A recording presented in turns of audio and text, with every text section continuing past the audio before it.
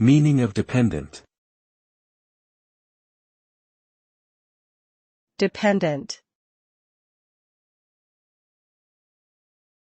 Dependent. Dependent.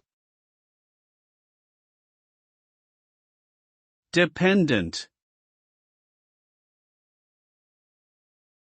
The term dependent refers to a state of reliance or being influenced by something or someone else. A person or thing that is dependent requires the aid, support, or resources of another to function properly. This can refer to financial, emotional, or physical reliance. For example, a child is dependent on their parents for food, shelter, and protection. In a broader sense, countries may depend on one another for trade, security, or political alliances. Being dependent can have both positive and negative connotations depending on the context in which it is used.